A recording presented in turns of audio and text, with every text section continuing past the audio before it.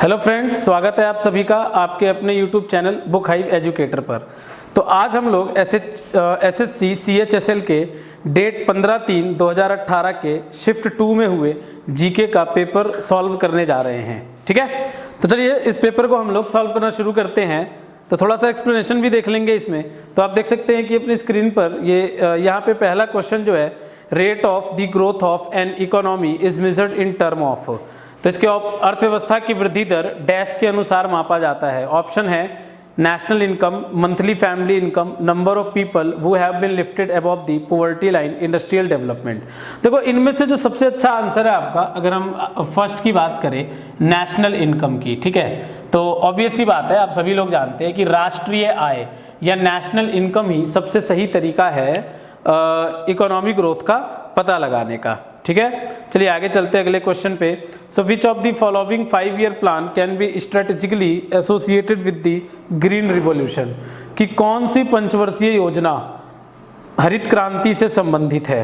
तो देखो कि इसमें वैसे कि सेकेंड 5-year प्लान दिया हुआ है एक तो ऑप्शन में, तो जो सेकेंड 5-year प्लान का जो टर्म है वो आपका 1956 से 1961 तक है। ठीक है, तो सेकेंड 5-year प्लान में वैसे भी हैवी इंडस्ट्री पे ही ध्यान दिया गया था।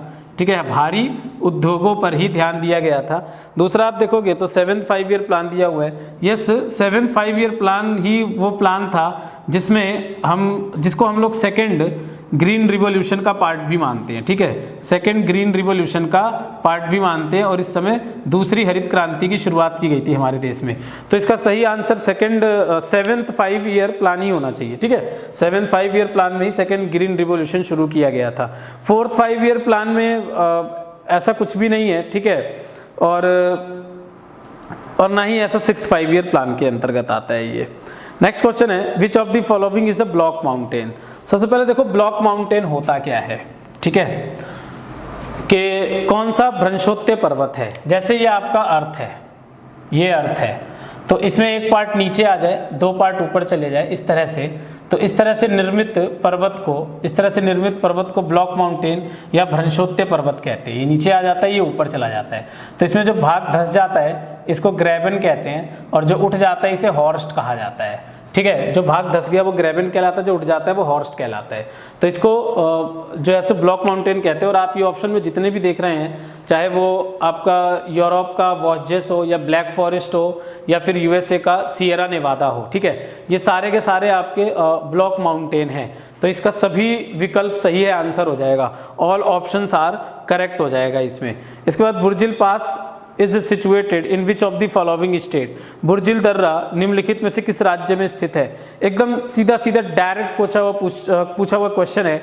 जो इसका आंसर है आपका 4th का, वो option 2 JNK, Jammu and Kashmir हो जाएगा, कि जो बुर्जिल दर्रा है वो जम्मू कश्मीर में उपस्थित है। Next question, Kautilya was the prime minister of. Kautilya किसका प्रधानमंत्री था। बहुत ही फेमस क्वेश्चन है। ठीक है, कौटिल्य की बात करें अगर हम लोग कौटिल्य की बात करें तो कौटिल्य को ही या तो विष्णुगुप्त भी कहा जाता है या फिर इसी को चाणक्य भी कहा जाता है। ठीक है, और इसकी जो लिखी हुई बुक थी उसका नाम है अर्थशास्त्र। इसने अर्थशास्त्र नामक एक पुस्तक की भी रचना की, और ये चंद्रगुप्त मौर्य के दरबार में प्रधानमंत्री था। ठीक है, तो इसका आंसर 3 होगा, ऑप्शन 3। देखो ऑप्शन फर्स्ट में भी चंद्रगुप्त विक्रमादित्य दिया हुआ है, ये गुप्त काल के चंद्रगुप्त की बात कर रहा है। ठीक है, चंद्रगुप्त सेकंड की बात कर रहा है। यहाँ पे जो आंसर होगा आपका चंद्रगुप्त मौर्य होगा, तो ऑप्शन 3 इसका आंसर होगा। इसके बाद, whom did Lord Minto send to Ranjit Singh to make a peace immediate before the treaty of Amritsar. Amritsar की संधि के लिए रंजीत सिंह के दरबार में किसे भेजा गया था। तो डायरेक्ट क्वेश्चन है, चार्ल्स मेटकॉफ इसका आंसर होगा। ठीक है, जो ऑप्शन नंबर 4 है क्वेश्चन 6 में, जो ऑप्शन 4 है आपका, ये इसका आंसर हो जाएगा, ऑप्शन 4 चार्ल्स मेटकॉफ इसका आंसर हो जाएगा। अगला question, S Balachandra is associated to which musical instrument. बहुत इजी क्वेश्चन है, वीणा हो जाएगा इसका आंसर। ठीक है, डायरेक्ट क्वेश्चन है, सीधा सीधा क्वेश्चन है, कोई कॉन्सेप्ट थोड़े ना लगेगा यहाँ पर। तो एस बालाचंद्रन जो है सो वीणा वादक है, वीणा से एसोसिएटेड है। इसके बाद जो यहाँ पे आप 8th क्वेश्चन देखोगे, तो 8th क्वेश्चन जो है which country has replaced Saudi Arabia for the first time to become India's top crude oil supplier. चलो इस क्वेश्चन को स्किप कर दो आप, क्योंकि ये करंट अफेयर का क्वेश्चन है और अब आपके ये किसी काम का नहीं है। करंट अफेयर के क्वेश्चन जो होते हैं वो आपके 5 से 6 महीने के ही इंपॉर्टेंट होते हैं, तो इस टाइम इसको करने का कोई फ़ायदा नहीं है। इन जनवरी 2018, देखो again this question is related to current affair, so again we are not going to discuss this question, it is not important for us now, ठीक है, तो इसको भी स्किप करते हैं हम लोग। 10th question, the oldest form of cultivation in Sri Lanka is known as. ये ना कुछ आदिम कृषि के बारे में पूछा हुआ है, ट्रेडिशनल एग्रीकल्चर के बारे में पूछा हुआ है, ठीक है। तो हम आदिम कृषि की बात करें तो वैसे तो इसका आंसर चेना होना चाहिए, ठीक है। चेना श्रीलंका के अंदर में ट्रेडिशनल कृषि या आदिम कृषि का नाम है, ठीक है। बाकी जैसे ये लदांग दे रखा है, तो लदांग तो मलेशिया में कहते हैं, ठीक है। लदांग इसी प्रकार की कृषि का नाम मलेशिया के अंदर है। झूमिंग नॉर्थ ईस्ट इंडिया में कहा जाता है, उत्तर पूर्वी भारत में कहा जाता है। तामराई ये किसी मतलब कि आदिम कृषि से या ट्रेडिशनल कल्टीवेशन से कोई इसका रिलेशन नहीं है हालांकि इस वर्ड का, ठीक है।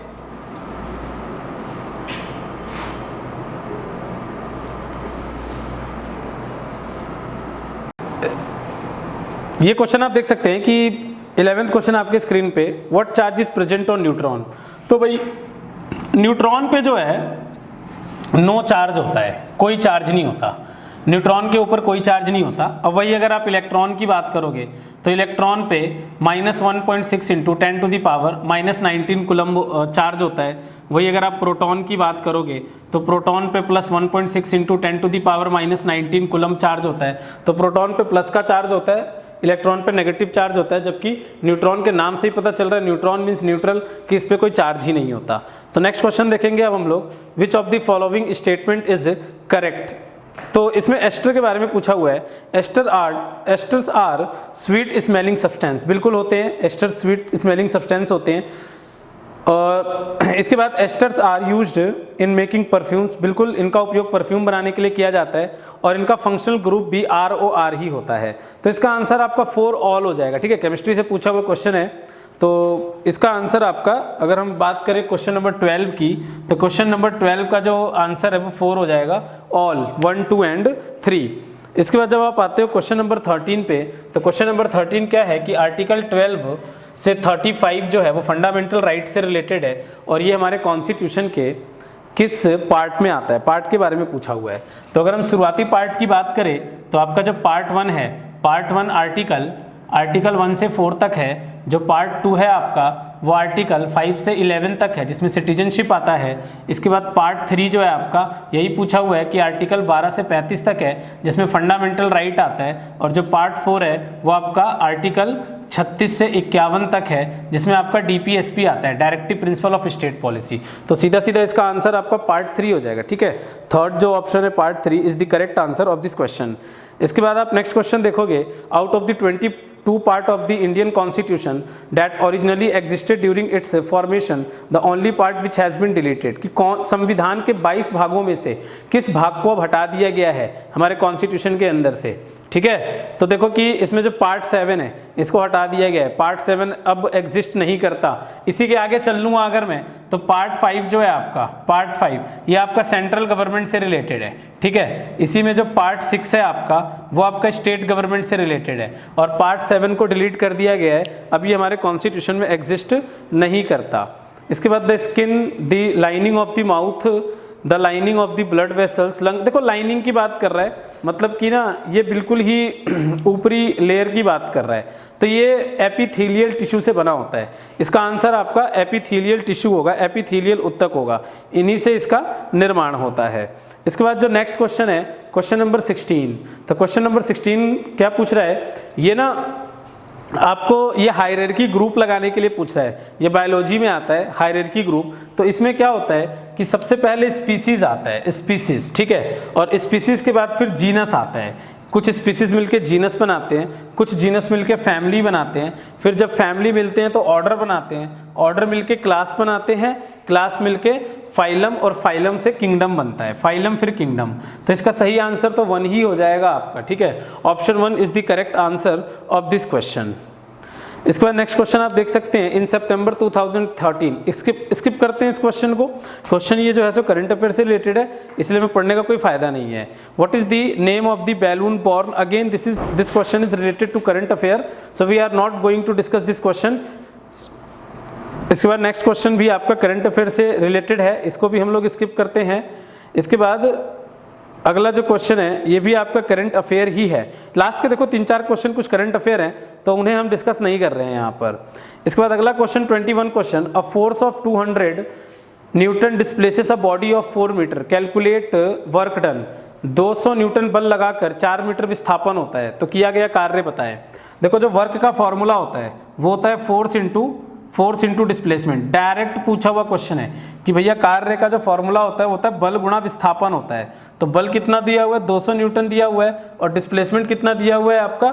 4 दिया हुआ है। तो ये सीधा सीधा 800 जूल आंसर हो जाता है आपका, ठीक है। The correct answer will be 800 joule आएगा यहाँ पर, जो कि यूनिट वैसे तो नहीं दिया हुआ है, लेकिन 800 जूल इसका आंसर हो जाएगा।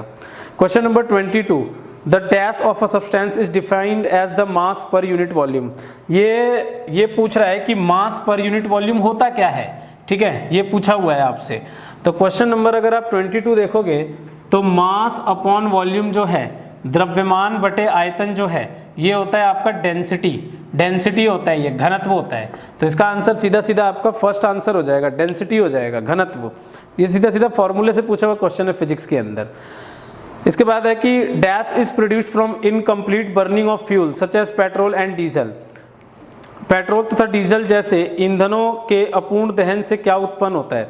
देखो अगर ना पेट्रोल और डीजल को ऑक्सीजन के प्रेजेंस में जलाया जाए तब तो भाई कार्बन डाइऑक्साइड का प्रोडक्शन होता है, लेकिन ये अगर ऑक्सीजन के एब्सेंस में जलाया जाए, या फिर जिसे आप अपूर्ण दहन भी कह सकते हो, तो इनकम्प्लीट बर्निंग भी कह सकते हो, तो इस केस में फिर कार्बन मोनोऑक्साइड का प्रोडक्शन होता है, कार्बन मोनोऑक्साइड। इसका आंसर आपका क्या हो जाएगा? कार्बन मोनोऑक्साइड हो जाएगा। So correct answer is option 2। Option 2 is the correct answer, carbon monoxide. अगला question again it is related to current. Next question, in Microsoft Word dash is a position which set for placing and aligning text on a page. तो ये आपका जो answer है ये आपका tool bar हो जाएगा, जो ऊपर की तरफ होता है, बिल्कुल ठीक है, फॉर्मेटिंग टूल बार जो स्क्रीन पे सबसे ऊपर दिखाई देता है। तो ये आपके सारे के सारे क्वेश्चन थे जो हमने डिस्कस किए, और मैंने आपको सभी क्वेश्चन के अच्छे से एक्सप्लेनेशन भी दिए। तो अब हम लोग यहीं पे इसे ख़त्म करते हैं, तो मिलते हैं आपको अब अगले पेपर के साथ, अगले क्वेश्चंस के साथ। तब तक आप इसे अच्छे से कवर कीजिए। So till then goodbye, अपना ख्याल रखिए।